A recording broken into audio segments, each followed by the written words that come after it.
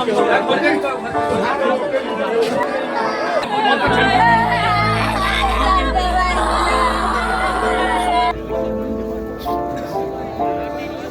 আলো ঠিক করে ফোটার আগেই 169 নম্বর ব্যাটালিয়নের ব্রাভো কোম্পানির সতীর্থদের কাঁধে চেপে চিরবিদায়ের পথে বাড়ি ফিরলেন শহীদ সেনা জওয়ান সমীরণ সিং।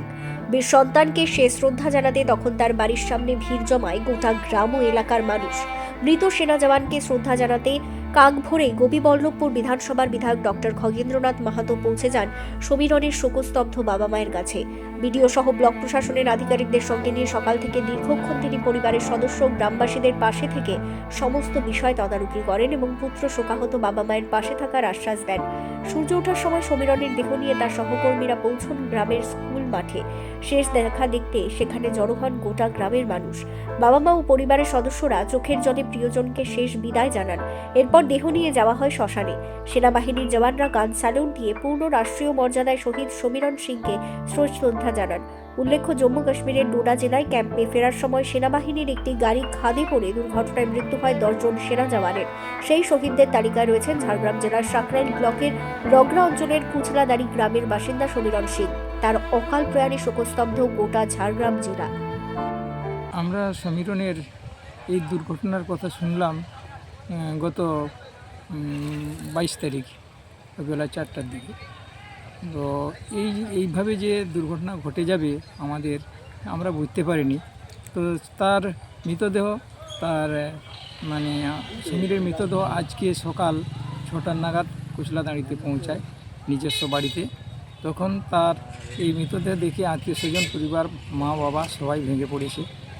আর আমাদের শহীদ জওয়ানকে স্যালুট জানাবার জন্য কাতারে সারা 3-4টা ব্লকের সমস্ত তার বন্ধু বান্ধব, আত্মীয় স্বজন উপস্থিত হয়েছে এবং তার শেষকৃত্য সমাপন করেই তারা সবাই অপেক্ষায় আছে।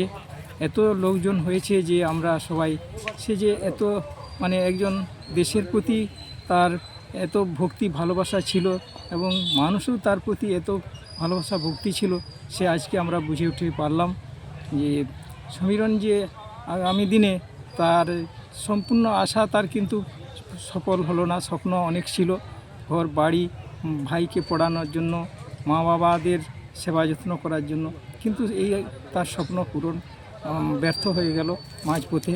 তো যাই হোক, এইরকম মা বাবা যে এইরকম ভাগ্যবান ছেলেকে তারা জন্ম দিয়েছে, তার মা বাবার প্রতি আমাদের যে শেষকৃত্য সমাপন করে এতজন উপেক্ষায় ছিল, শেষ পর্যন্ত কেউ বাড়ি যাব বলে না, সবাই রাস্তায় কাতারে জমিতে, রাস্তায়, মাঠে দাঁড়িয়ে তার শেষকৃত্য সমাপন করে আর তারা বাড়ি যাওয়ার জন্য সবাই দাঁড়িয়েছিল। পরিবারের লোকেরা তো ভেঙে পড়েছে। মা মাঝে মধ্যে সেন্সলেস, অজ্ঞান হয়ে যাচ্ছে, আর মাঝে মধ্যে গায়ের শিরা, হাত পা অচল হয়ে যাচ্ছে। এই অবস্থা তার মায়ের মোটেই সুস্থ জ্ঞান নাই। আর বাবা একমাত্র ভাই তার সব দায়িত্ব এখন পালন করছে, দাদার পালন করছে। ভাই এখন পরিবারের একমাত্র সন্তান আছে, তার ছোট ভাই। কী নাম আপনার? আমার নাম প্রফুল্ল কুমার রাউত।